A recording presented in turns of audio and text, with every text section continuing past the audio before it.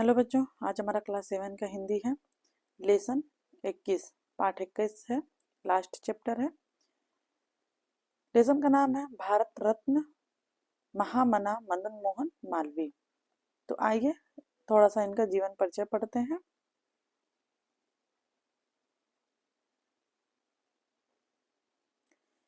इन्हीं के बारे में इस लेसन में लिखा गया है, इन्होंने अपने बारे में ही लिखा है। प्रस्तुत पाठ में महामना मदन मोहन मालवीय के जीवन वृत्त का वर्णन किया गया है। महामना मदन मोहन मालवीय का जन्म ऐसे कालखंड में हुआ था जिस समय भारत नवजागरण के साथ साथ स्वतंत्रता प्राप्ति के लिए संघर्षता था। जिस काल में मालवीय जी का जन्म हुआ वह समय भारत में बौद्धिक और वैचारिक जागरण का था। उस समय बहुत से समाज सुधारक तथा चिंतक भारत देश को उसकी मूल राष्ट्रीय और आध्यात्मिक चेतना की ओर लौटने के लिए प्रयासरत थे। महामना मदन मोहन मालवीय ने भारतीय स्वतंत्रता की ऐसी नींव रखी जिसके परिणाम स्वरूप 15 अगस्त 1947 ईस्वी को हमारा देश स्वतंत्र हुआ। महामना मदन मोहन मालवीय भारतीय संविधान स्वाधीनता संघर्ष के नायक और साक्षी थे। इनका जन्म 25 दिसंबर 1816 ईस्वी को प्रयाग में हुआ। 1861 ईस्वी को प्रयाग में हुआ था। उनके पिता पंडित ब्रजनाथ चतुर्वेदी और माता श्रीमती मूना देवी थीं। इनके पिता भागवत गीता के व्याख्याकार और कथावाचक के रूप में अत्यधिक प्रसिद्ध थे। मदन मोहन को हिंदू सनातन जीवन दर्शन और संस्कार अपने पूर्वजों की सांस्कृतिक विरासत में से प्राप्त हुआ था। मालवीय जी के पूर्वज 15वीं शताब्दी में मालवा प्रदेश से आकर प्रयाग में बस गए थे और स्थानवाची मल्लई अथवा चेम्बे उपनाम से जाने गए। मल्लई शब्द को पंडित मदन मोहन मालवीय बनाया, तब से सारे मल्लई मालवीय कहे जाने लगे। महामना मालवीय ने गवर्नमेंट हाई स्कूल से शिक्षा प्राप्त करते हेतु अंग्रेज के साथ संस्कृत का गहन अध्ययन किया। आपने म्योर सेंट्रल कॉलेज से बीए की परीक्षा उत्तीर्ण की।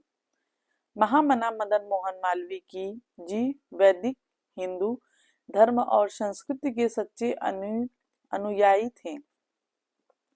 वे तत्कालीन भारत में व्याप्त समस्याओं के समाधान का विकल्प हिंदू धर्म के पुनरुत्थान को मानते थे। उनका दृष्टिकोण था कि हिंदू धर्म के दर्शन द्वारा ही विश्व बंधुत्व के भाव को जागृत किया जा सकता है। अपने इस दिवास्वप्न को पूर्ण करने के लिए उन्होंने अपना संपूर्ण जीवन समाज की सेवा में समर्पित कर दिया तथा भिन्न संगठनों के माध्यम से अपने विचारों को व्यवहारिक स्वरूप प्रदान किया। मालवीय जी ने गंगा के अविरल प्रवाह के लिए 1914 में हरिद्वार में तथा 1924 में प्रयाग में सत्याग्रह किया। उनका मानना था कि गंगा हिंदुओं के धार्मिक आस्था और विश्वास का प्रतीक है, अतः उसकी धारा बिल्कुल प्राकृतिक होनी चाहिए। मालवीय जी छुआछूत अस्पृश्यता के घोर विरोधी थे। वे इसे कलंक और राष्ट्रीय विकास के मार्ग से बाधा मानते थे। उन्होंने पौराणिक उद्धरणों के माध्यम से अस्पृश्यता समाप्ति संबंधित अपनी मीमांसा को व्यक्त किया है। स्त्रियों के प्रति अपना दृष्टिकोण व्यक्त करते हुए उन्होंने कहा है कि मैं चाहता हूं कि हमारे देश की सभी स्त्रियां अंग्रेज महिलाओं की भांति पिस्तौल और बंदूक रखें।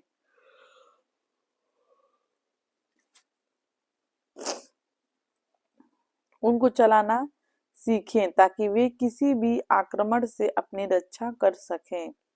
उन्होंने जनता से अनुरोध किया कि वे उन सब सामाजिक कुरीतियों को दूर करें जो स्त्री जाति की उन्नति में बाधा है। वे बाल विवाह के घोर विरोधी थे।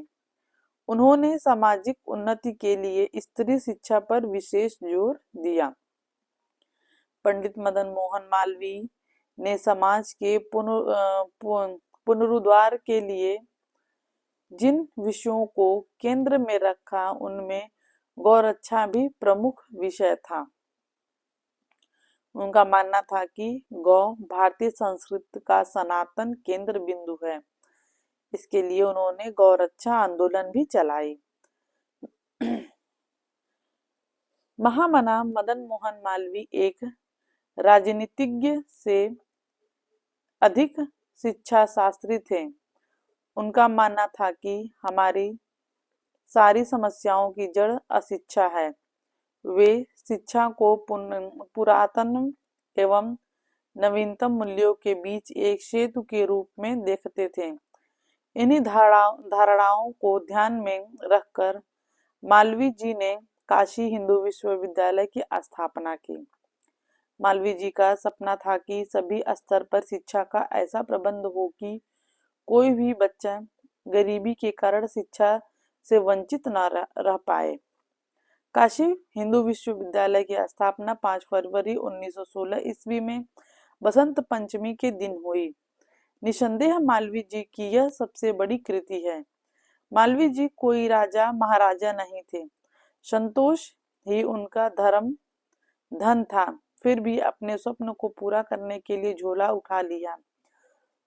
सर्वप्रथम अपने पिता से 50 रुपए का दान पाकर उन्होंने फकीरी धारण की और जीवन प्रयत्न फकीर ही रहे। उन्होंने लोगों से भिक्षा मांगकर तथा राजे महाराजाओं को कल्याण के लिए प्रेरित कर धन इकट्ठा किया। हिंदू और मुसलमान समान रूप से इस महायज्ञ में भाग ले रहे थे। इस प्रकार अपने साहस, उत्साह, लगन और तपस्या के द्वारा मालवीय जी ने अपनी कल्पना को पूर्णतः रूप दिया। वे काशी हिंदू विश्वविद्यालय को ऐसा केंद्र बनाना चाहते थे जिससे राष्ट्र की आध्यात्मिक एवं भौतिक शक्ति के विकास में योगदान तो मिले ही, साथ ही विश्व के शांति एवं बंधुत्व की गाथा का भी प्रचार प्रसार होता रहे। महामना मालवीय बहुमुखी प्रतिभा के धनी थे। उन्होंने भारतीय राजनीति, शिक्षा, साहित्य एवं प्राकृतिक पत्रकारिता में अपनी अमिट छाप छोड़ी। काशी हिंदू विश्वविद्यालय के अलावा उन्होंने अनेक छोटी छोटी संस्थाओं को खड़ा किया। राष्ट्र निर्माण में इन संस्थाओं की भूमिका मील का पत्थर है। इन संस्थाओं में हिंदू छात्रावास, हिंदी साहित्य सम्मेलन, भारतीय भवन पुस्तकालय का स्थान महत्वपूर्ण है। महामना मदन मोहन मालवीय ने अध्ययन अध्यापन के साथ साथ कई समाचार पत्रों का संपादन किया तथा तत्कालीन ब्रिटिश शासन की नीतियों का प्रबल विरोध किया। मालवीय जी का निधन 12 नवंबर 1946 ईस्वी में हुआ। विलक्षण प्रतिभा के धनी राष्ट्र नायक मालवीय जी के महान कार्यों के प्रति कृतज्ञता प्राप्त करते हुए भारत सरकार द्वारा 30 मार्च 2015 ईस्वी को इन्हें देश का सर्वोच्च सम्मान भारत रत्न प्रदान किया गया। हमारा चैप्टर यहाँ पे समाप्त हुआ।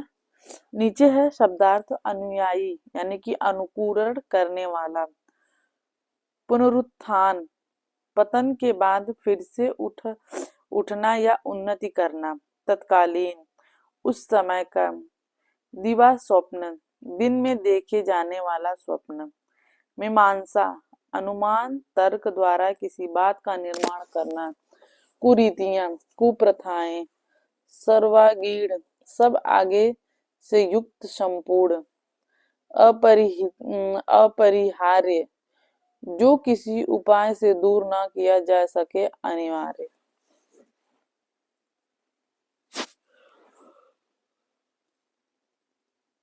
ये हमारा चैप्टर यहाँ पे समाप्त हुआ।